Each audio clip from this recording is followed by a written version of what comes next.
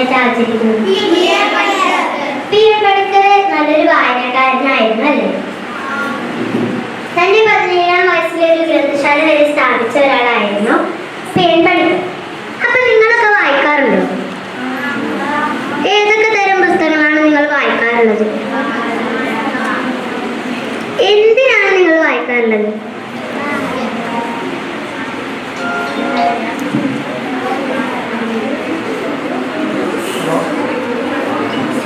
എന്തിനാണ് നിങ്ങൾ വായിക്കാറുള്ളത്?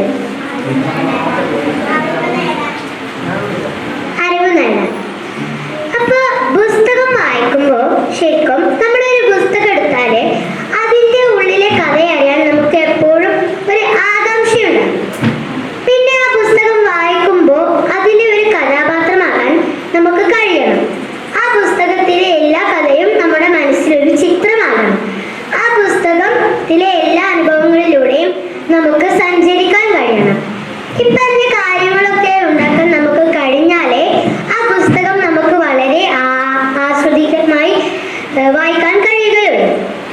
ഞാനിപ്പോൾ അടുത്ത് വായിച്ച പുസ്തകങ്ങളാണ് ആടുജീവിതം, ടോട്ടോച്ചാൻ എന്ന് പറഞ്ഞ പുസ്തകങ്ങളൊക്കെ. ആടുജീവിതം എന്ന പുസ്തകമൊക്കെ നിങ്ങൾ കേട്ടിട്ടുണ്ടാവും. അപ്പോൾ ആ പുസ്തകമൊക്കെ വായിച്ചപ്പോൾ നജീബിന്റെ ഓരോ കഥകൾ നമുക്ക് ഭയങ്കര ഇൻട്രസ്റ്റിംഗ് തരുമായിരുന്നു. ആ നജീബിനെ രക്ഷപ്പെടുമോ, നജീബിന് തൻ്റെ കുടുംബത്തോടൊപ്പം വീണ്ടും സന്തോഷത്തോടെ ജീവിക്കാൻ കഴിയുമോ എന്നൊക്കെ ഉള്ളൊരു ആകാംക്ഷ ആ പുസ്തകം എന്നെ മുഴുവൻ വായിച്ചു തീർക്കാൻ സഹായിച്ചു. ആകാംക്ഷ ഉണ്ടാവുന്നത് കൊണ്ട് തന്നെ ഞാൻ ഇരുന്നും കടന്നും ഭക്ഷണം കഴിക്കുമ്പോഴും ഒക്കെ ആ പുസ്തകം തന്നെ ആയിരുന്നു വായിച്ചിരുന്നത്. ഇപ്പൊ കൂട്ടുകാരെ, എനിക്ക് നിങ്ങളോട് പറയാനുള്ളത്, നിങ്ങളും എപ്പോഴും വായിക്കുക, എപ്പോഴും എപ്പോഴും വായിക്കുക.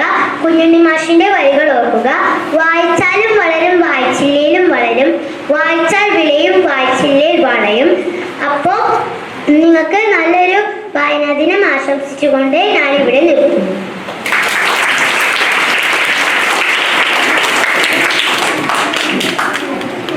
ഇതുവരെ വായിച്ച പുസ്തകങ്ങളിൽ ഏറ്റവും കൂടുതൽ സന്തോഷത്തോടെ വായിച്ച പുസ്തകം ഏതാണ്? പ്രത്യേകിച്ചൊന്നുമില്ല, എല്ലാ പുസ്തകവും എനിക്ക് വളരെ പ്രിയപ്പെട്ടതാണ്. അതുകൊണ്ട് എല്ലാ പുസ്തകവും എനിക്ക് ആകാംക്ഷയോടെ വായിക്കുമ്പോൾ അത് വളരെ സന്തോഷത്തോടെ എനിക്ക് വായിക്കാൻ കഴിയും. ഇതിന്റെ അക്കൗണ്ട് തുറക്കാൻ വായിക്കണം, പക്ഷെ തുറക്കാൻ ചാവി കിട്ടണമെങ്കിലും വായിക്കണം. ഇത്രയും ആഴത്തിലുള്ള ഒരു ചിന്ത മനസ്സിലുണ്ടാകാൻ കാരണമായ നിമിഷത്തെ കുറിച്ച് പറയാമോ? ഞാൻ ചെറിയപാറ LP സ്കൂൾ എന്ന് പറഞ്ഞ ഒരു പുസ്തകം വായിച്ചിരുന്നു. അതിന് വളരെ സ്നേഹത്തിനെ കുറിച്ച് മനസ്സിലാവുന്ന രീതിയിലാണ് പറയുന്നത്. അതിന്റെ അവസാന ഒരു വരി, സ്നേഹം എന്ന് കേട്ടാൽ ആർക്കാണ് കരച്ചിൽ വരാതിരിക്കുക എന്നാണ്. അപ്പൊ അങ്ങനത്തെ വാക്കുകളൊക്കെ കേൾക്കുമ്പോ നമുക്ക് നന്നായിട്ടൊരു എന്തോ ഒരു ഫീൽ ചെയ്യുന്ന പോലെ തോന്നും. അങ്ങനെ ആയപ്പോഴാണ് എനിക്ക് ഒരിക്കലും മറക്കാൻ പറ്റാത്ത ഒരു പുസ്തകമായിട്ട്, ഒരു നിമിഷമായിട്ട്, എൻ്റെ മനസ്സിലെ മാന്ത്രികപ്പെട്ടി തുറക്കാൻ പറ്റുന്ന ഒരു ചാവിയായിട്ട് ആ പുസ്തകം എനിക്ക് തോന്നി. പേരൊരു കുറിപ്പ് ഞാൻ ഈ പുസ്തകത്തിൽ വായിച്ചിട്ടുണ്ട്. കുട്ടികൾ കുസൃതികൾ കാണിക്കുമ്പോൾ അധ്യാപകരെ ശിക്ഷിക്കുന്നതിനെ കുറിച്ച് എന്താണ് അഭിപ്രായം? അത് അങ്ങനെ അധ്യാപകർ ശിക്ഷിക്കുന്നത് അതൊരു തെറ്റാണ്. കാരണം എന്താ വെച്ചാല് കുട്ടികളെ എപ്പോഴും കുസൃതികളൊക്കെ മയങ്ങി കിടക്കുന്ന കുറച്ച് ആൾക്കാരാണ്. എപ്പോഴും കുസൃതികളെ കാണിച്ചുണ്ടാക്കുന്ന ആളാണ്.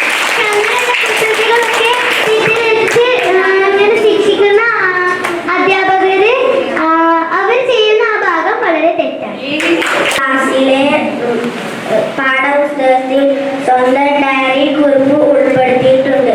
എന്നറിഞ്ഞപ്പോഴുള്ള സന്തോഷം ഒന്ന് പങ്കുവെക്കാമോ? വളരെ സന്തോഷമുള്ള ഒരു കാര്യമാണ്.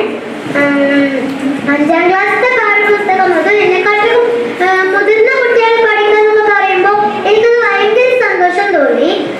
അത് ഫസ്റ്റ് മാഷ് എന്നോട് പറഞ്ഞിരുന്നു. അപ്പൊ മാഷ് പറഞ്ഞപ്പോൾ അത് സീക്രട്ടായി വെക്കണം എന്നൊക്കെയാണ് പറഞ്ഞിട്ടുള്ളത്. അപ്പൊ ഒക്കെ തോന്നിയ ഈ സന്തോഷം അത് പറഞ്ഞറിയിക്കാൻ പറ്റാത്ത ഒരു സന്തോഷം. ഈ പുസ്തകം പ്രസിദ്ധീകരിക്കാൻ സഹായിച്ചത് ആര്? ഇവരൊക്കെ തന്നെയാണ് എൻ്റെ ഒരു പുസ്തകം പ്രസിദ്ധീകരിക്കണം. എന്നെ കുറെ ഡയറികളൊക്കെ എഴുതിയത് കണ്ടപ്പോൾ ഒരു പുസ്തകം പ്രസിദ്ധീകരിക്കണം എന്ന് പിന്നില് ഫസ്റ്റ് മുന്നോട്ട് വെച്ചത് അവർ തന്നെയാണ്. സ്വന്തമായിട്ട് തന്നെ എഴുതാൻ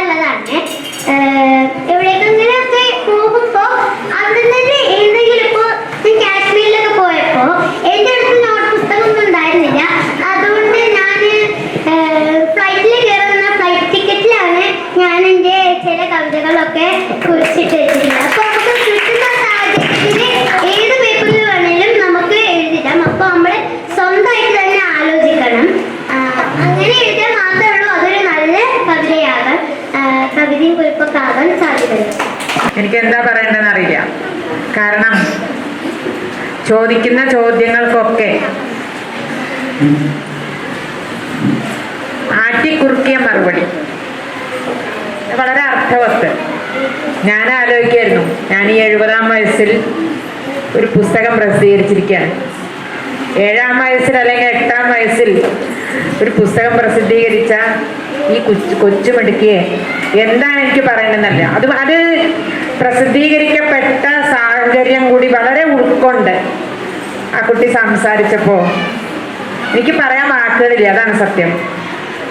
സകല പ്രശ്നങ്ങൾ, ആടുജീവിതം വായിച്ച് അതിലെ നജീബ്, ആ നജീബിൻ്റെ കഷ്ടപ്പാട്, ഇതെല്ലാം ഉൾക്കൊള്ളാൻ ഒരു 3-ാം ക്ലാസ്സുകാരിക്ക് അല്ലെങ്കിൽ 4-ാം ക്ലാസ്സുകാരിക്ക് കഴിഞ്ഞു എന്നാൽ എവിടെയാണ് ആ മനസ്സ്? പറയാൻ പറ്റില്ല. അത്രയും മിടുക്കിയാണ്. അതെനിക്ക് പറയാനുള്ളൂ. പിന്നെ വേറൊരു കാര്യം, ജസയുടെ ഉമ്മയെ ഞാൻ പഠിപ്പിച്ചിട്ടുണ്ടെന്നാണ് എൻ്റെ ഓർമ്മ. ഈ സ്കൂളിൽ ഉമ്മർ മാഷ മകളാണ്. ഉമ്മർ മാഷ മകളാണെന്ന് അറിഞ്ഞപ്പോൾ തന്നെ എനിക്കിങ്ങനെ ഓർമ്മ ഉണ്ടായിരുന്നു, അവരെ ഞാൻ പഠിപ്പിച്ചതാണോ എന്നെനിക്കൊരു സംശയം ഉണ്ടായിരുന്നു. ഏതായാലും വളരെ വളരെ സന്തോഷം. പിന്നെ ആ കുട്ടി പറഞ്ഞ വളരെ പ്രധാനപ്പെട്ടൊരു പോയിന്റ്, 3-ാം ക്ലാസ്സിലെത്തിയപ്പോൾ വേണ്ടത്ര പ്രോത്സാഹനം കിട്ടിയോന്ന് സംശയമാണ് എന്നാണ് ഞാൻ മനസ്സിലാക്കുന്നത്. നമ്മളെ അധ്യാപകർക്കും രക്ഷിതാക്കൾക്കൊക്കെ ഒരു പ്രശ്നമുണ്ട്. ശാസ്ത്രത്തിൻ്റെ അല്ലെങ്കിൽ സാങ്കേതിക വിദ്യയുടെ അല്ലെങ്കിൽ വേറൊന്നിൻ്റെ ഏറ്റവും ഉയർന്ന തലത്തിൽ എൻ്റെ കുട്ടി എത്തണം എന്ന് ആഗ്രഹിച്ച് അതിനുവേണ്ടി ട്യൂഷൻ സെൻ്ററുകളിലും അവിടെ ഇവിടെയൊക്കെ പരക്കം പായിക്കുന്ന അല്ലെങ്കിൽ അവിടേക്കൊക്കെ ഓടിച്ചു വിടുന്ന ഒരു പുതിയ സംസ്കാരമാണ് നമ്മുടെ ചുറ്റുമുള്ളത്. അത് തികച്ചും വ്യത്യസ്തമായിട്ടുള്ള ഒരു അനുഭവമാണിത്. നമ്മൾക്ക് മത്സരമാണ്, മത്സരത്തിൻ്റെ ലോകമാണ്. +2 എത്തിയാൽ പിന്നെ എൻട്രൻസ് കോച്ചിങ്ങിന് പറഞ്ഞേക്കായി. അതിന് മുമ്പ് തന്നെ അതിനുള്ള പ്രിപ്പറേഷൻ തുടങ്ങായി. അങ്ങനെ നമ്മുടെ മക്കളൊക്കെ വലിയ വലിയ എഞ്ചിനീയർമാരും ഡോക്ടർമാരും പ്രൊഫഷണലുകളും ആകണമെന്ന് ആഗ്രഹിക്കുന്ന ഒരു ലോകത്ത് എനിക്ക് ഇങ്ങനെയാകാം എന്ന് കൊച്ചുകുട്ടിയാകുമ്പോൾ തന്നെ തെളിയിച്ചിരിക്കുകയാണ്. അതിന് കരുത്തേകുന്ന ഒരു കുടുംബവും. വളരെ വളരെ സന്തോഷം.